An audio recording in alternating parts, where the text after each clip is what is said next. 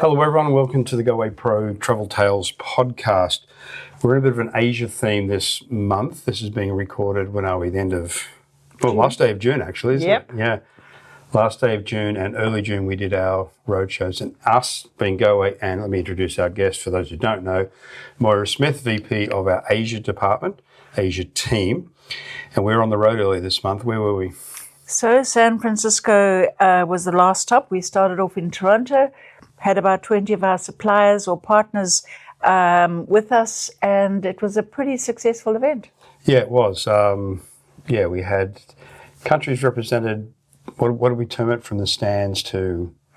Well, I can't remember what our tagline was. Cambodia to Uzbekistan. Yeah, basically had everyone, or almost everyone in every representative Asian country there. So we thought we'd just wrap up the month, I guess. Well, this will be aired in early July, but whatever. With a bit more of a talk on Asia. And just before we came on air, you mentioned that the Chinese yuan is depreciated against the US dollar, correct? What did you say? Japanese yen. Oh, Japanese yen. What did I say, yuan? Yuan, yeah. No, it has. You're going to be able to edit some of this stuff, right? Yes. Yes, actually. What is really impressive is that Japan still continues to boom, honestly, with no signs stopping, and for all the reasons that you know about Japan. But the fact is, when you get there, it's really, really good value. Yeah, but did you also mention China is also becoming good financial option? For sure. So China is actually our biggest growth country over the last year, 149% increase. And I think it's because, firstly, pent-up demand. China has really spent the last 10, 15 years on infrastructure. They've got these incredible high-speed train networks. So when I first went to China, which was about 30 years ago, it was domestic air, and it was cumbersome to get around, whereas now it's so much better. And what is fantastic about China is you have these ancient cities that haven't changed for millennia, and then you have these incredibly modern cities on the opposite spectrum. Yeah, I just finished actually in our studio here. We're recording our podcast for those watching. I just finished recording the China LMS for the Travel Academy, and it was a long one. It took me about 3 hours to record it because China's big. But yeah, I learned some interesting things through the research for that, particularly the infrastructure, which I think most people will see on the news, that, you know, when things happen in China, they happen. A whole lot of varying reasons. They have the money, but it's also a communist state. So when the government wants something done, it gets done. But all the politics aside, yeah, it's got more high-speed rail than anywhere else in the world. It's also now, I didn't realize, famous for punctuality, which most people think instantly, and rightly so, to Japan for punctuality in particular. And I always remember the story of my stepdad, who I traveled to Japan with many years ago. On the flight over there, he used to work for Qantas, as you know. He told me the story that on a previous trip, he was reading the newspapers, and it was front page news that a bullet train was 2 minutes late because they are so prideful on punctuality and things working properly. And now China has that, and again, through the LMS, which you can all see very shortly, getting to your point, getting around now is easy because high-speed bullet trains are everywhere. So it's easier, faster to use the train than domestic air, but domestic air is everywhere, international airports everywhere, regional connections everywhere. So we'll say past tense, why was China not as popular as other Asian destinations, do you think? It's changed, obviously. Do you think it is the government sort of opening itself to the world at all levels? Is that part of it? I think it's definitely part of it. Certainly from a Canadian point of view, they've now made it very much easier for you to stay. It's a 30-day free visa. But also from the US side of things, provided you go to another territory or destination, you get a 10-day free visa. So it works perfectly if you combine it with something like Hong Kong, as an example. Because you work, or you being you personally, but you being Goway, we work very closely with tourist boards from all the countries, all the continents we deal with. Why has China, do you think, done that with the visa? Like, are they proactively seeking Globetrotters now?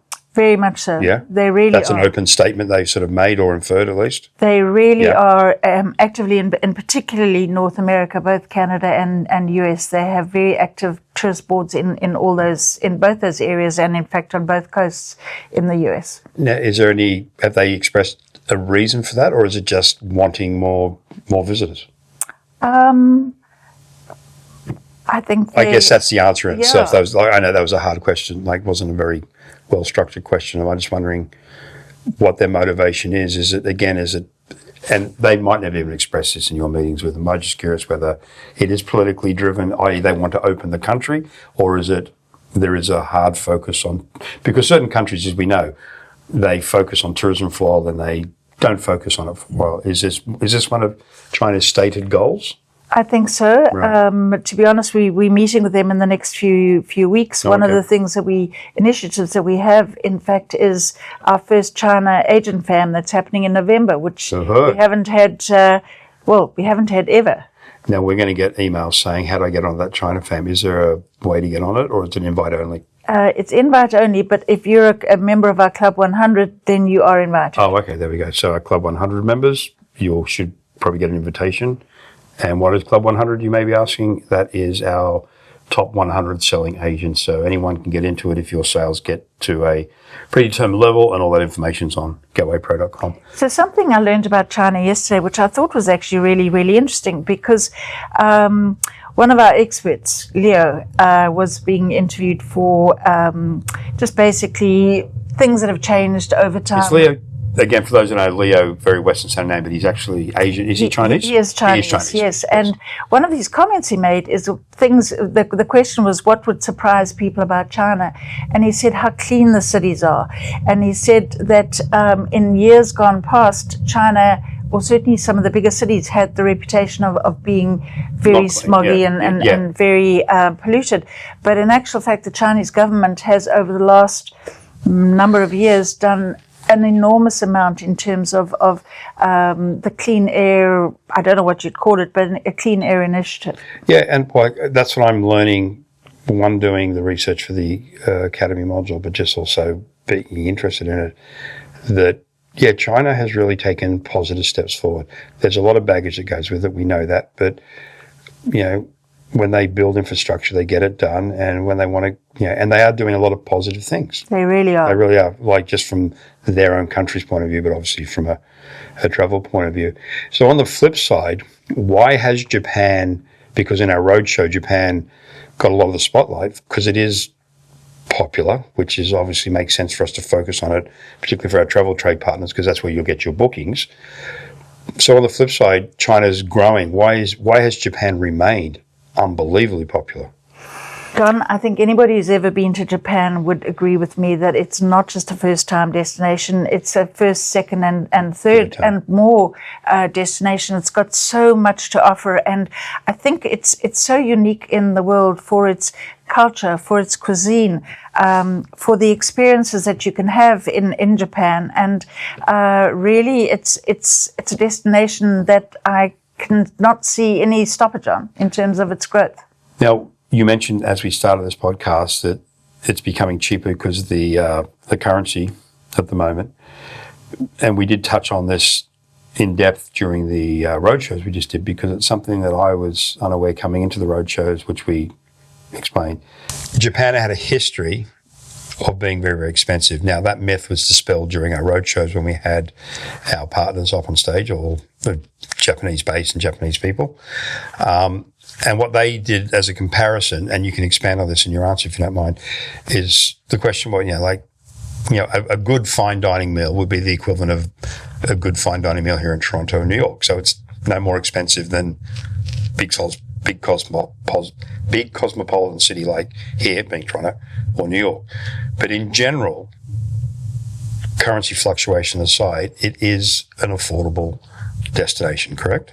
Absolutely. And I think what we can offer is that we really can put together something that suits all budgets. So I think what we do so well is, for example, if somebody wants a traditional Japan experience at a traditional Japanese inn, we can offer that. If they want to splurge with a ryokan, or maybe spend less money in the bigger cities because they're just going to be using it for accommodations, we can combine all sorts of different styles of accommodations to suit everyone's budget.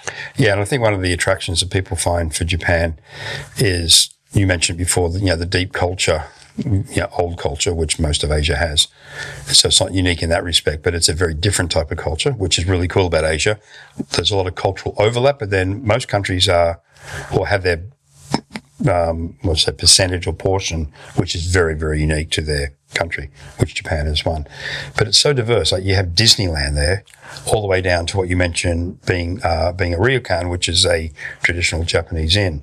So you've got the crazy modern technology, which Japan and China, for that matter, is known for, down to ancient samurai, geisha, sumo wrestling. It's such that diverse aspect of it. So diverse. And I think one of the reasons why we're doing exceptionally well is because we have we've realized that people are going to Japan for different things, sometimes the same things and sometimes very, very different things. And we now have access to an enormous range of experiences, to use your comments now, from Studio Ghibli to sumo wrestling. And that is pretty, that's what people are wanting. They're very happy to go to a convenience store where you'll get the best egg sandwich, according to Ian, ever. No, that's Ian Smythe, our account manager, who waxed lyrical about egg salad sandwiches in Japan. But honestly, the food, even in the convenience stores, is exceptional, right through to a fabulous teppanyaki meal or a sushi feast. Yeah, so speaking about cultural draws, which every country, it's one of the main reasons people go to any country in the world, let alone Asia. Cultural things, we just mentioned ancient. We didn't mention about China, but terracotta warriors in Xi'an, Great Wall of China, some of the big noticeable sites there. Japan, we mentioned sumo, etc., ryokan. More modern cultural trends, don't like the word, but they are trends. Focus on South Korea. You have the anime, which is also in Japan. Anime. And what's the makeup thing? South Korea? K-beauty. K-beauty. So K-pop. Anything K. I guess K is Korean. Korea, yeah. So K-pop, anime, K-beauty. So to me, I was surprised that South Korea is such a up-and-coming or standalone popular destination already. So how would you position it? It certainly is a standalone destination, right. Very easy to spend a week or 9 days and longer in terms of exploring. But it's also a perfect combination. For example, Seoul's a wonderful stopover city. So stopover in Seoul for, say, 2-3 nights, and then on your way to China. On your way to China, / Japan, / anywhere sort of in Western China, Western Asia. Yeah, but it's also interesting that not just Goway, I'm sure everyone out there as well gets it, but we focus in on these diverse requests, that it's not just going to Asia, or in this instance Korea, for Korean culture, which is part of it, but I want to go for anime. I want to go for the K-pop experience. People will go Absolutely. And build an entire itinerary around K-beauty, K-pop. But can I come back to K-beauty? Yeah, please. Because that is really, really big trend. And the other trend that fits perfectly into, and we've just put together a really, really great trip, is a solo women's tour. Yes. We have an excellent solo women's tour to Korea, which focuses on the whole wellness aspect, the K-beauty aspect. And as it happens, it's in March and early next year, which means you'll get to see the cherry blossoms in Korea, which a lot of people don't know or don't associate with. Obviously, Japan is really well known for its cherry blossom season. So this is a fantastic tour, and that's a trend we're seeing.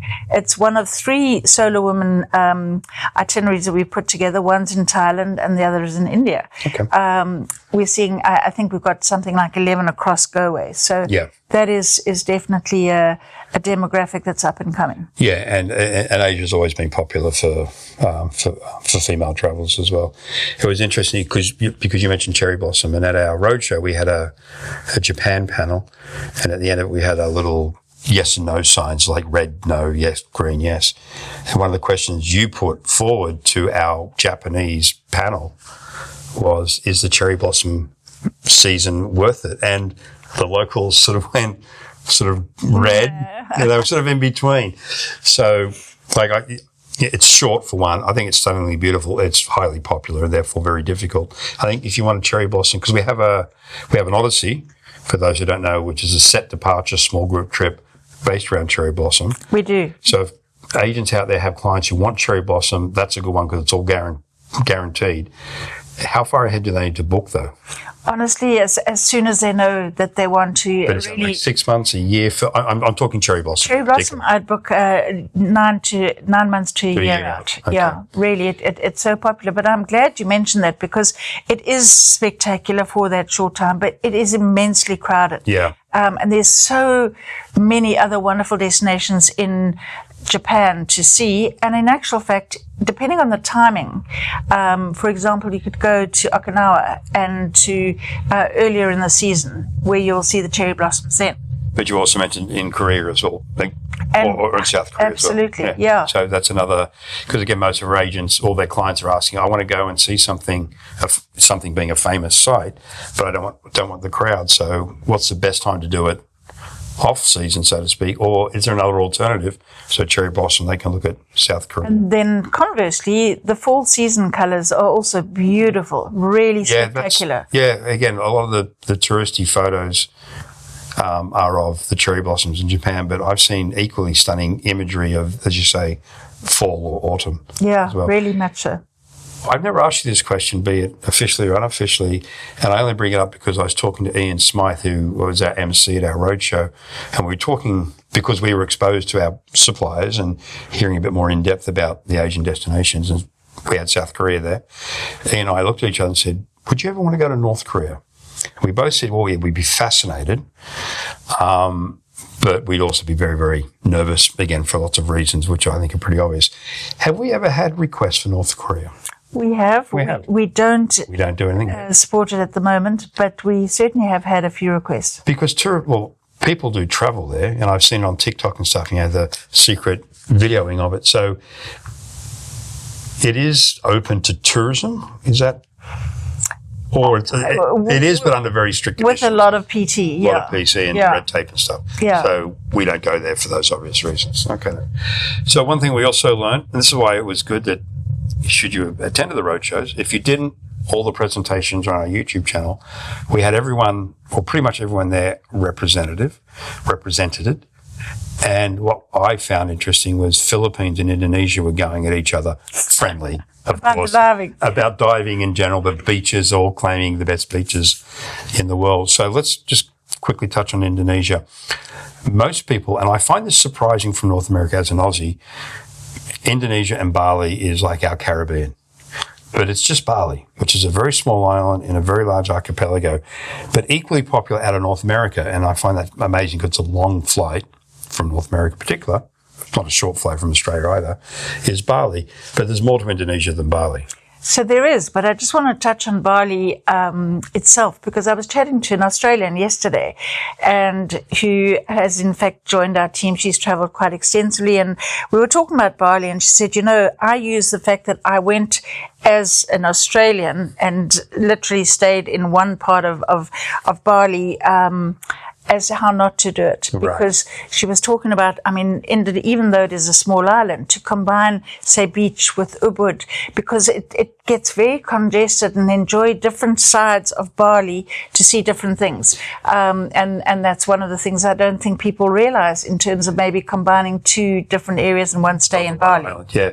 I agree with that too, because just talking by itself, I spent a lot of time there as a kid because my mum lived there for a while, and I had some very interesting experiences. My uncle was a surfer, and he went down to the famous surf site, which is now just completely forgotten the name. But we lived off in the bush, literally, and it's an amazing experience. Now, I'm not suggesting that to everyone out there, but Bali itself, there's more to explore than the famous sites, but then the peninsula, the archipelago itself, and it's also Komodo is part of Indonesia, correct? Yeah, Komodo Island. Komodo Island with the Komodo dragons. Which is very unique and very special. To your earlier point about diving, the Raja Ampats are known world-renowned for the incredible diving that they have. But I think what people don't actually realize realize is that Borneo, there's an Indonesian Borneo side as much as there is a Malaysian Borneo side. And it's a wonderful option to combine, say, Bali with Borneo. Yeah. So, yeah, that's what got me. There's just so much down there. And then obviously I'm staring at a map here as we talk. You got Singapore, which is world famous, more as a stopover stop. But our Singapore partners were presenting naturally that should be more than just a stopover. Then you got Malaysia, you got Brunei, the Philippines. Goway has a big office in the Philippines as well. So that's close to our heart. Another big archipelago. I think Philippines, I should remember, there's 3,200 islands. It's a lot of islands. It's a lot of islands, basically. So that's why Indonesia and Philippines are going at each other about the best diving spots and beach spots. So we don't find the Philippines probably as popular as other Asian destinations. But it is an up-and-coming destination. It is an up-and-comer as well. Yeah, we definitely, we've done a lot of work in terms of reimagining our product there. And yes, I see it as an up-and-coming destination. What I just wanted to mention as well, another trend that we're seeing, mentioning some of the destinations that you've just spoken about, is our clients are going for longer and they're combining. So they'll do an area more in depth, but they will also add on a different country perhaps. So one of the best combinations, as an example, is Southeast Asia combining Thailand with Vietnam and either Laos or Cambodia or both. In fact, we've just put a really, really great product together for that because people are wanting to have distinct experiences in different countries. Yeah, and again, with my map in front of me, a very common combination, as you mentioned, is Vietnam, Cambodia, and Laos because they literally are border countries. But, looking, Philippines, Brunei, Philippines, Borneo, Indonesia, Singapore, Indonesia, Malaysia, they're all not as close, but still very, very near each other. And again, back to the point of people wanting to get away from the busy sites. Now, Thailand's wonderful. It's one of those countries that will always be the big seller. And it's famous for its beaches, the southern part of Thailand is. But again, Indonesia, Philippines, Malaysia even have... Maldives. Maldives, which is another one, off the tip of India. We haven't even touched on India, which we will. But there are plenty of other beach options which may not be as heavily trafficked as Thailand beaches. Fair enough? Fair comment? Yeah. Very fair comment. Okay, so looking at our map, we touched on China. We look at Taiwan from a travel point of view as a separate destination. Again, we're not getting into the politics. So Taiwan is also becoming a popular standalone destination. Can you speak to that? Yes, I must agree with you. Historically, it's typically been a stopover destination. Mm-hmm. But the Taiwan Tourism Board is looking to promote. In fact, they've just invited one of our product people to go for a week. And that's exactly what they're looking to develop more demand for not just a stopover destination. Yeah. So Vietnam, I won't spend a lot of time in Vietnam, Laos and Cambodia and Thailand because they're famous. It's like talking about Peru and Ecuador. Most people just know, and they don't need any more publicity because they are very, very popular. Let's talk on a country that you and I were in recently, which I visited years ago, which you did visit years ago, or you had? Literally been to Mumbai. Delhi and Mumbai. Yeah. So we went back to India. Well, I guess we both did go back to India, northern India, the Golden Triangle, which is Delhi, Agra, and Jaipur. You can talk about India as a first time because I was there as a tour guide, so I had previous experience. But how did it hit you as a true first time visitor? To be honest, I absolutely loved it, and I think India is one of those countries that if you love it, you love it. I found it so colourful, so intense. I loved the history. I loved the people. There are a lot of people. There's a place of 1.4 billion people. It didn't surprise me because I knew this going in, but I was so impressed with the level of accommodations and how reasonable they are. If you're staying at a Taj or an Oberoi or a Leela Palace, they are incredible and definitely worth the splurge for the experience and for the value.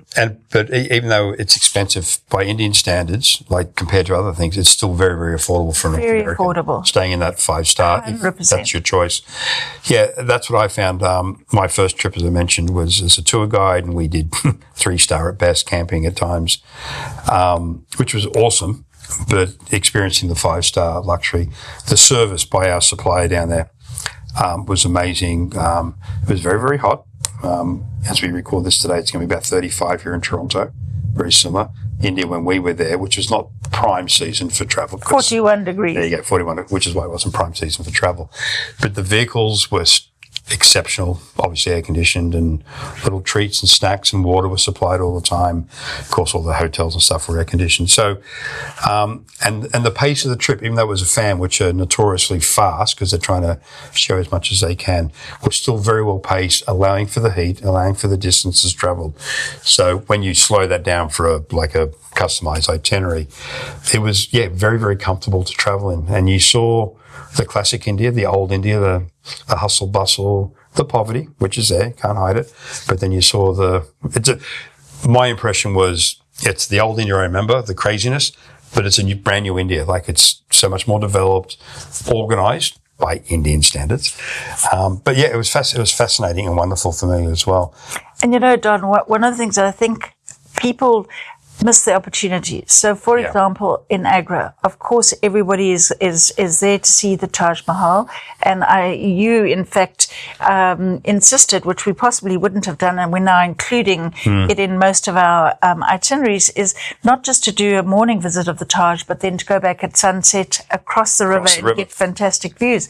But talking of fantastic views, I really believe, and in any destination, in any itinerary that you're planning, plan for that splurge. For example, I was lucky enough to stay at the Ammer Villas the Oberoi Ammer Villas in Agra, and to wake up to that view of the Taj and sit drinking your coffee and just thinking, oh my God, this is exactly where I want to be. So those kind of splurges. I went on traveling through Rajasthan, and another fantastic splurge was staying at the Taj Palace in Udaipur in the lake, the Taj Lake Palace.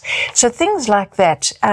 Plan to have really different experiences. We also stayed at some of the historic properties. For example, in Old Delhi, we went to this place called Dharampura, and we'd done this chaotic tour of Old Delhi, and we then took bicycles through the streets, and it was really, really very invigorating, wonderful. And then we went down this old alley, and all of a sudden it was almost like a riad in Morocco, where you wouldn't know it was there unless wouldn't know if it was there. Through it, and then you opened to this fantastic World Heritage property, and we had the most incredible dinner. So you also went up into northern India. Now, I know when I started this, I said northern being Delhi and that, which it is technically, but maybe northeast India for your Zen moment. Oh, yes. And what was that like?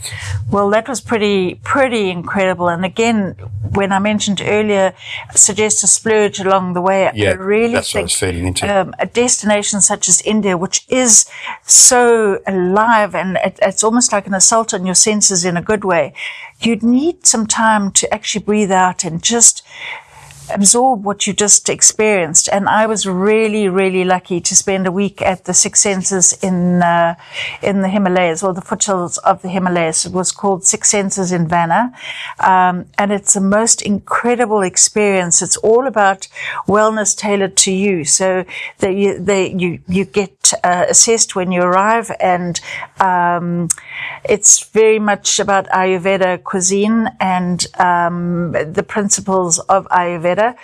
So every day you wake up to yoga or sound healing or different experiences, whether they're massages or other types of just the most incredible experiences. Yeah. I'm lost for words. Okay, there you go. That's fine. That's a rarity.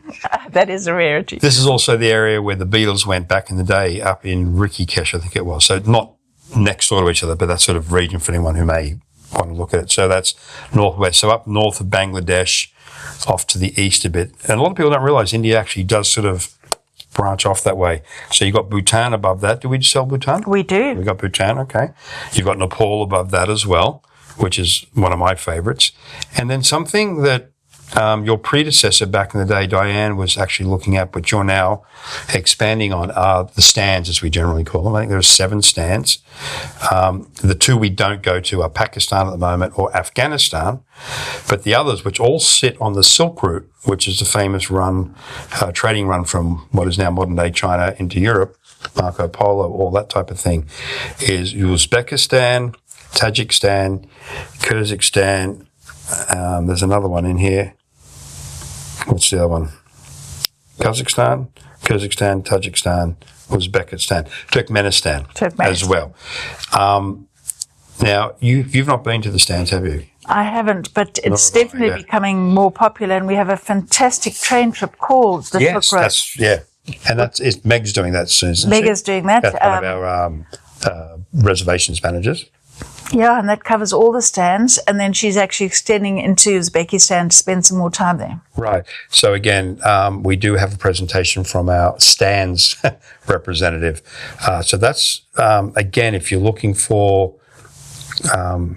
old school travel, I guess. So, the accommodations are all there, infrastructure's there, but from popularity, not a lot of people go there. So clients looking for something different. It's amazingly diverse. I know people who've been through there. The overland company I used to work for, they're running trips. I mentioned this to you. They're running trips through the stands now. So it's perfectly safe. And that's definitely worth looking at. And then onto my favorite, let me guess, Mongolia. Yeah, there you go. Because the stand, Kazakhstan borders Mongolia. So that's another relative up and coming. It's still very, very small for us and for a lot of people on their top 10. But we have a presentation by them. We did a webinar podcast with them as well, them being our supplier there, Terrell, the owner of the company in Mongolia. And I find it fascinating, absolutely amazing. Again, off the beaten track. Infrastructure's there in the big cities and Ulaanbaatar. United Airlines, who are also a guest of ours at the roadshow, they have a direct flight from Japan into Ulaanbaatar as well. So access is there. So do you want to speak to Mongolia? At least for me, to make me happy? Do you know, Don, I'm going to throw that question right back at you because you've really, really immersed yourself in Mongolia, but it's truly one of the last nomadic nations on the earth. And again, wide open spaces, unique culture. Don, you've just done about 16 hours worth of research. You talk about Mongolia. Well, again, we do have a module on Mongolia, and I did it more out of, one, because we wanted to bring it to more travel professionals' attention through the training. But I also have always found it fascinating. And actually, Adam Hodge, the son of the owner, he went to Mongolia quite a while ago now, but he's been, and he and I have similar travel tastes, and he absolutely loved it. Yeah, so it's an amazing place that, has the Gobi Desert. What I found more fascinating was that most people may know about the eagle hunters, the famous horsebackmen of the Mongolian on horseback with their eagles, which hunt, hence the name eagle hunters.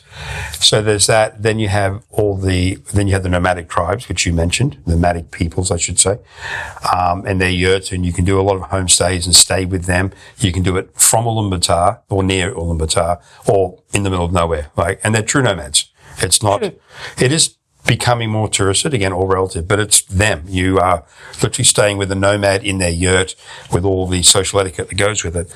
But I then learned about the reindeer people, which is to the north, bordering Russia. And these are people who live with and around and utilize the reindeer. And you can visit them all year round. It's better in the wintertime, apparently, because they're closer to the edge of the forest. But Mongolian winters are brutal. And you can also visit them in the summertime, but it's harder to get to because they retreat into the forest.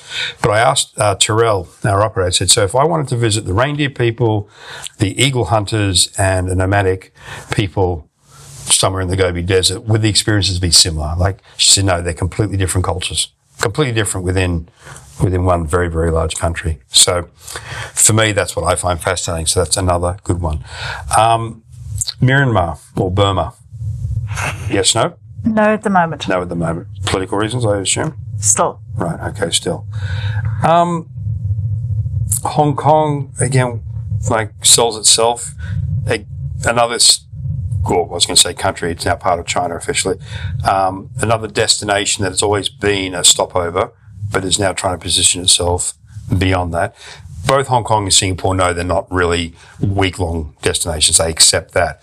But they definitely want to be viewed more than just literally the in-and-out stopover. So 2 or 3 nights. Yeah, no, honestly, you're doing yourself a disservice if you do less than 2 nights. Okay. Well, certainly, in my opinion, 3 nights is a sweet spot because it allows you a chance to actually explore further than just the cities. Okay. So we've touched on all the countries, at least in mention, if nothing else. Sri Lanka. So Sri Lanka is on our radar. We really want to redevelop. We have great product already, but we think that I think Sri Lanka is going to come into its own in the next year. Okay. Now, we mentioned the Maldives.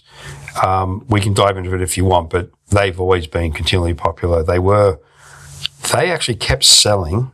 Again, I keep using the term relative, but it is through COVID. We kept selling people to the Maldives during COVID, and it has been the most popular academy module that we've had, the Maldives, and that's primarily a resort group of islands south of India, accessible via India. So there's your country combo straight away, which is what our fan people did. So I did India, you did Rajasthan, then up to your wellness thing, and 3 of our group continued on to the Maldives to look at some of the resorts down there. So just on that, Don, a very popular way has typically been via Dubai or via Abu Dhabi. Yeah. Just because of the current situation, people are a little bit anxious. So we're looking at ways, for example, Turkey. Turkey Islands is a fantastic option with a stop in Istanbul en route. You just mentioned India. It would be the perfect extension to do that. Breathe out in the Maldives. But there are many other ways that you can get there without having to go via the Middle East. Right. And again, on our trip down to India, I was going to fly with Emirates in and out of Dubai. Even had a stopover built in. We changed that because at that point it's got a bit dicey again. But Emirates and all the other carriers, Qatari Airlines, no one stopped flying. No, they're all flying. And touch wood, nothing happened, which is good. So as we sit here today, it's still open. Yes. But we understand people may be reluctant for obvious reasons. So you have alternatives as well. Canadians, you can fly directly into India.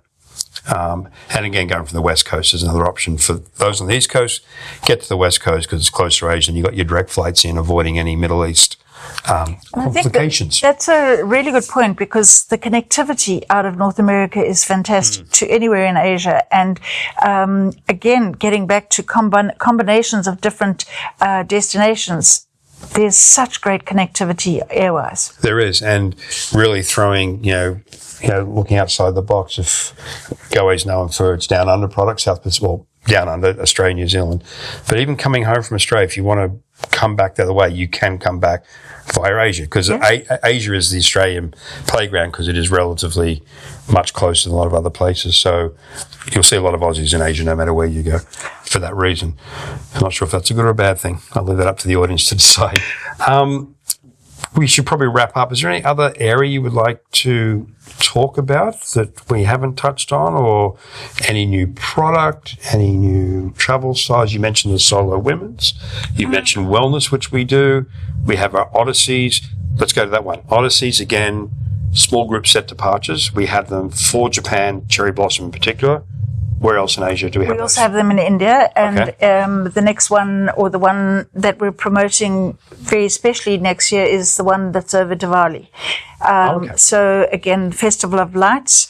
The second one that we're busy putting together is over Holi, and Holi is when they throw all the coloured powder, and it's a great celebration. Just on that, sometimes to time your travels over a specific period. So, for example, in Thailand, Songkran is the New Year, typically around about the 3rd to the 5th of April. And it's just so wonderfully festive, and people are spraying everybody with water, and it's all about cleansing and getting rid of the old and being in the new. So Asia has some wonderful, wonderful festivals. And again, so to talk to our destination specialists about what is happening in and around the time that you're planning on going, there's typically something on. Yeah, and that's key because, our sort of taglines, and it's the fact that a lot of our destination specialists, regardless of country, region, have lived either from that country, like Leo, Chinese by birth, and we have a lot of Asian destination specialists, but we also have lots of others, Westerners, but they live, eat and breathe. Like Steve Perkins, who's no longer working for us, he immersed himself in Japan. Like he went back, I don't know how 7 many years, yeah. Yeah, there you go. Or you lived there and went back and back. So, yeah, you've definitely got that local knowledge and the training, because the academy stuff that we build for you, they also do. So they're always up training themselves, FAMs, everything else like that. So a destination specialist really knows. So if you ask for something different, something special, best time to travel, not the best time to travel, they will have all that information for you. Anything else that you want to touch on Asia-wise? I think Do you have an Odyssey for China? we have literally put one. The first one goes in October. Oh, okay. Good. And in fact, if I'm not mistaken, I think we've only got 2 places left on that one. It really Popular. hit the road running, so to speak. Let me ask you this question. Riddle me this. We did a promotion off the back of the White Lotus show. Yes. Based around Thailand. That was the last series, I believe, was in Thailand. And that was obviously, the filming of it was in 2 or 3 different resorts around Thailand. I think most people know that Thailand has some luxurious Beautiful resorts. options. Okay. We touched on luxurious options for India. General sweeping statement here. Luxury in Asia. Is it available everywhere? And again, I'm talking not just the accommodation, but all the accoutrements that go with it, i.e. black car service, and this is all on request, of course, butler service in certain accommodations, concierge, in-country, that type of thing. If it's not there, can it be arranged by us for Asia? 100%. And honestly, to the earlier point just about India, but it's not just India. Luxury in Asia is so much more affordable than the equivalent, say, in Europe, as an example. Yeah. So definitely, it's everything anybody at the highest end could want is available in Asia. Yeah, and again, I just want to clarify that's not just the accommodation, which is obviously a cornerstone to a luxury environment, but we're talking the vehicles that would be used, and if requested, things like concierge services.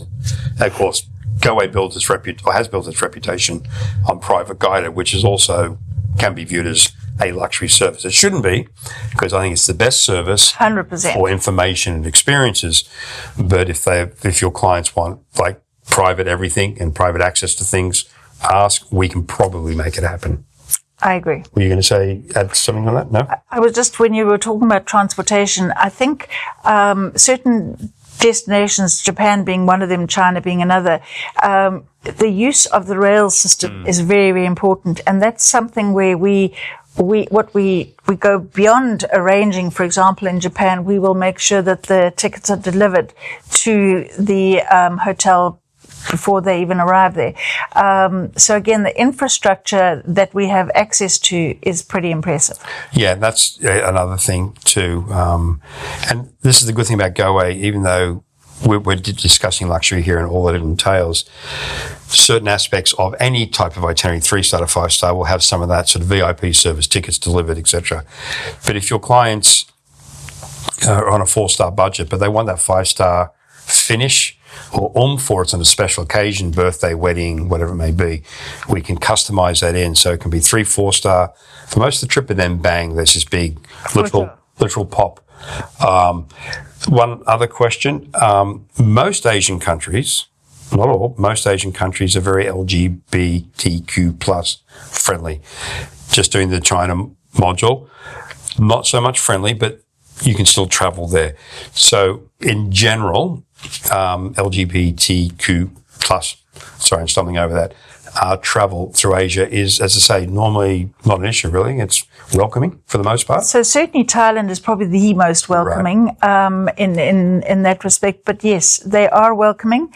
But again, be respectful. PDAs are not appropriate, but then personal displays of affection for those who might have missed that one. Then again, perhaps it's not. It's the same with any couple, really. Yeah, well, that's it. I can't remember. I think it was Mongolia. Actually, is actually LGBTQ plus friendly, but they don't culturally public displays of affection. Be you straight, be you gay, be you whatever, is not their thing. So it doesn't matter what your sexual orientation is, you just don't do that. So a good rule of thumb, I think, as you say, is be respectful. Just be respectful. Now, of course, somewhere like Indonesia, which is more Muslim in its cultural and structure, may not be as welcoming. But I think, generally speaking, Asia is welcoming to the gay community. Again, broad statement there, in the gay community. So that's something, if your clients approach about, and as you say, Thailand, I think, is part of the pun, openly welcoming. Yeah. So again, before we sign off, anything else you want to touch on, be it cultural stuff, be it a country we might have missed or not focused on enough? Well, I think maybe the only country we haven't spoken about is Brunei, which is a tiny little kingdom. Yes. That's, and I think that is what people come to Goway for, because we do have all the mainstream stuff, but we do the other things, to your favorite, Mongolia, to Brunei, to the Bhutan, stands, all of those kind of things as well. And I think that's important to know the depth and breadth of our product and the range. If you can't find it anywhere, come to us. We most likely can help you. And then just, again, our expertise in our teams is really, really strong. Yeah, I think that's where Asia has a strength. Africa does as well, which I know is what, for those who don't know, Moira used to look after our Africa department, and you can tell from her accent, she's from South Africa. Too bad they lost in the World Cup against Canada. But Asia has all the famous ones, the Thailands, the Vietnams, the China, Japan, but it's got those other smaller literal, but also maybe not as famous countries. So as more and more agents are hearing, because we're hearing this, I want somewhere different. Yes. I want somewhere less touristed. I want something more authentic. You can still get your hit of Thailand, but then hit Bhutan or hit parts of India, which are not crazy busy, off into Rajasthan, as you did, up into the hills of the Himalaya. It's Nepal, which is a popular destination, but still not as crazy busy as, say, China or Japan. So your options for return visits to the region, country combos, getting away from the crowds, affordability, which is obviously very important always, but more so at the moment with affordability going crazy in all other aspects of life. Asia is a great destination. Connections, as you mentioned, East Coast, West Coast, are all there. So it's a region waiting to be discovered or rediscovered by anyone, for that matter. Would agree. All good. Thank you, Don. No worries. On that note, we'd like to thank you again for listening in. We appreciate you carving out an hour of your time, knowing how busy you are out there selling Asia and the world. And you can sell Asia and the world with Goway. And until next time. Thank you, Don.